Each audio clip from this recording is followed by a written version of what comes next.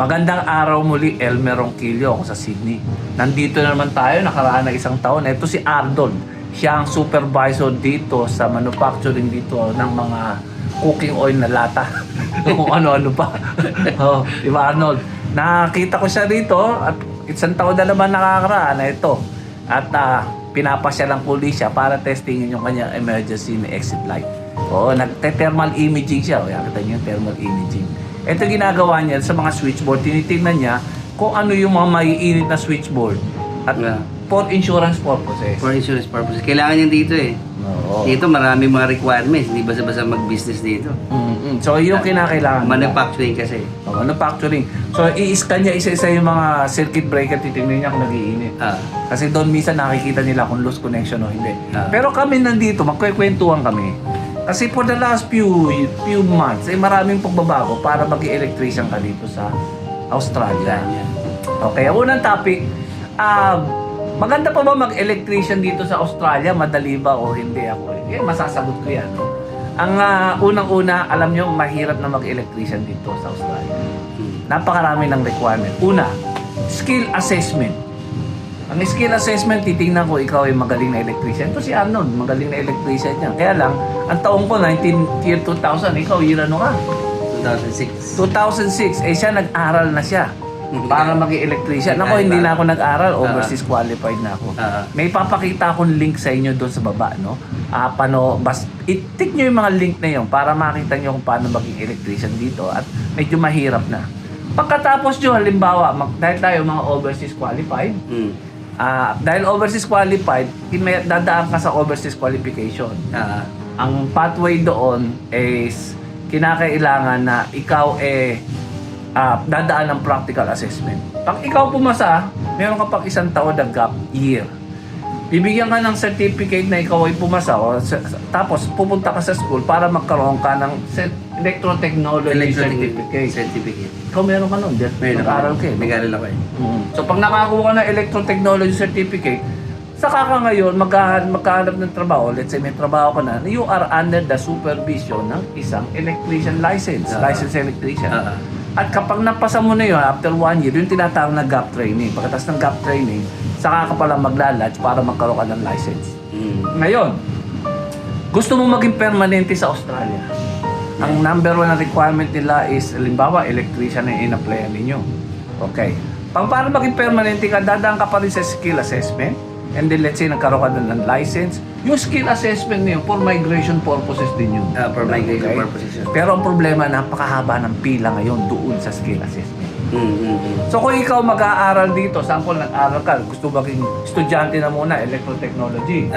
Pagkatapos mo maging estudyante ng electrotechnology, wala ka pa no experience.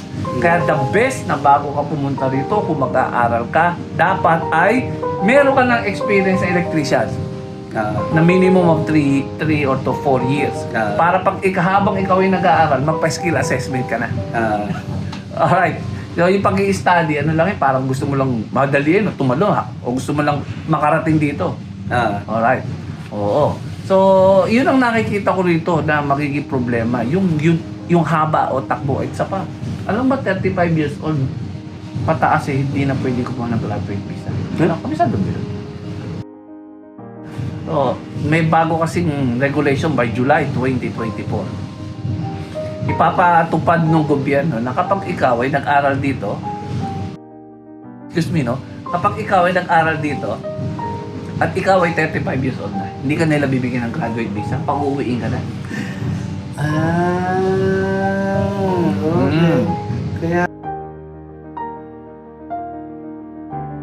nauwi. Papauwiin ka na kapag 35 ka. So, ang purpose ng student dito, yung mag-aaral ka lang. So, pagkatapos mag-aral, uuwi ka na. Ganun yun bago yun, 35 years old. Pero merong lumalabas ngayon na balita na kapag ikaw ay estudyante na ngayon, pwede ka pa mag-lodge ng graduate visa kasi nag-aaral ka na, existing ka na. Pero yung mga papasok, hindi na pwede. Hindi na pwede. Sabihin mo, pag nandito ka onshore ka na, nag-aaral ka na, pwede. Oo. So kapag 35 ka dito, halimbawa, dumating ka, late ka na dumating, tapos nag-aral ka, tapos gusto mo magkaroon ng graduate visa pagtapos ng pag-aaral, hindi na obra yun. Medyo nag-iigpit sila dahil palpaking gobyerno ngayon. Dito pa man Nag-iigpit ngayon. dito pa man din sa Australia, every year pabago-bagong ruling. That's true. Dito napansin ko yun eh. Pabago-bagong ruling dito eh. Nagbabago. Nagbabago. Pag nagbago gobyerno, bago rin. Kaya kunyari, alam mo, nag-a-apply ka dito, ano? Tapos di pa na-approve, no? Ano man yung ina-apply mo. Nagbago, sasabihin sa'yo, kulang yung inano mo, idagdag mo nga ito, dadagdagan mo pa. Alam niyo siguro yung mga updated, no? Nung pumasok ang gobyerno na ito, nakaraan, sabi nila, kayong mga bagong nagma-master, nag-PhD, bigyan namin kayo ng 5 taon na graduate visa. Para yung pinag-aralan ninyo, magamit ninyo at makakuha kayo ng trabaho. Okay, ngayon binago nila, wala pang 1 year. Sabi nila, pag 35 ka na, umuwi ka na. Saka yung graduate visa na 5 years na ipinangako nila, ibinatas nila 5 years, naging 2 years na lang. So, pabago-bago. Kaya huwag kayo aasa. Okay? So, iyon ang masasabi namin. Nahirap ng mag-electrician dito sa Australia. Pero bibigyan ko kayo ng tip. Alam niyo ba ang fire alarm technician ng mga CCTV installer Yan. ay pwedeng ding mag-migrate dito? Ayan. Pwede na. Yan ang bibigyan ko sa inyo yung tip. Tignan nyo itong nasa link ko ha. Sasabihin ko, itong visa na to. Itong visa na to, pag-aralan ninyo. Nandun sa link below. Pwede na Kayo, pala. oo, nakita ko. Sabi ko, pwede pala. Ang tawag doon is electronic trade worker.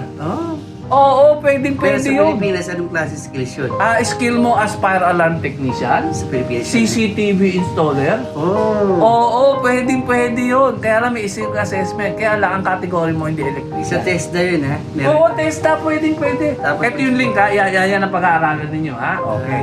So, ito ang tip ko sa inyo. Dito kayo mag-concentrate, kumuha kayo ng experience at sasabihin sa inyo, ang fire alarm technician ay pwedeng makarating sa Australia. Pwedeng mag-migrate. Pwedeng mag-migrate. Hindi mo na kinakailangan mag-electrician. Ayun na lang. Paano yung mga nandito na? Nagtatrabaho. Lalo na. Lalong-lalo na. Ayun, Rebe, Manuel, nandito na kayo sa loob eh. Kasi si Manuel nasa Melbourne. Si Rebe naman nasa Queensland. Pwede na pala. Pwede. Nakunin nyo. Basahin nyo yung link ko ha. Ito. Yan ha. Okay.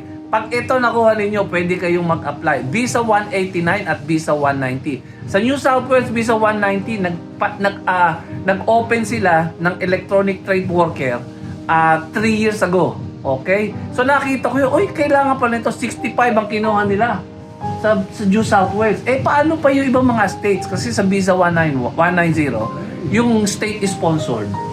Nakakakuha sila. So, eto yung nakita nila. Sabi ko, ito pala pwede. Kaya lang, ang maganda, pagdating nyo rito, halimbawa, magpa-skill assessment kayo dito sa category. Pero yung mga yung nandito sa loob, pero ang visa nila is bridging visa na pwede mag-aral. Pwede sila mag-aral niyan? Kapag ikaw, estudyante, let's say may bridging visa ka, estudyante, pwede ka na rin, hindi ka naman pinagbabawalang magpa-skill assessment. Pwede ka magpa-skill assessment. Habang, let's say, ang estudyante, visa mo is 500 student visa.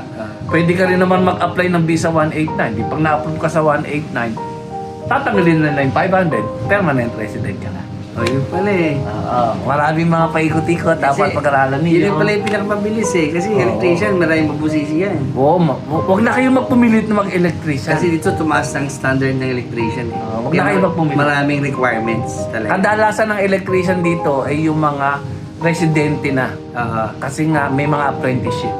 Kami tayo mga overseas, medyo siguro mahihirapan kayo. Pero meron ako nabalitaan na naalala ninyo yung aking isang binlag na lalaki na si Borja. Sinabilag ko na kumuha siya ng practical assessment na pumasa siya successful. Okay? Alam nyo ba ngayon meron na siyang provisional license. 3 years yung provisional license. May provisional ka na, papunta na rin sa ano. Alright. Huwag niya lang pababayaan nyo. At isang mahalaga doon, inisponsor na siya ng kanyang kumpanya. Oo. So, papunta na rin sa residency yun. Malapit na. Lapit na. Okay. So, magtatrabaho kami dalawa ngayon dito at mamamasyal-masyal kami. At titingnan ko. Alam niyo ba, yung binigay ko sa kanyang asset ng mga emergency light, nagawa niya na. Alright. Ito na, tsaka yung form, ito na. Ito na, nagawa niya na. Ang daming kailangan, yung mga lugar. Hindi ko alam, kailangan na pala yan. Yung brand, model, pati ba naman battery. Oo, kailangan pa rin. Inaabot ako ng 3 taon bago niya magawa yan eh. Oo, Kaya yan. nagawa niya lang na isang araw. Isang araw lang. Iba ako eh. Sige mga kabayan, si Elmer Ronquillo, Idol. Arnold, see you next time. Don't forget to subscribe.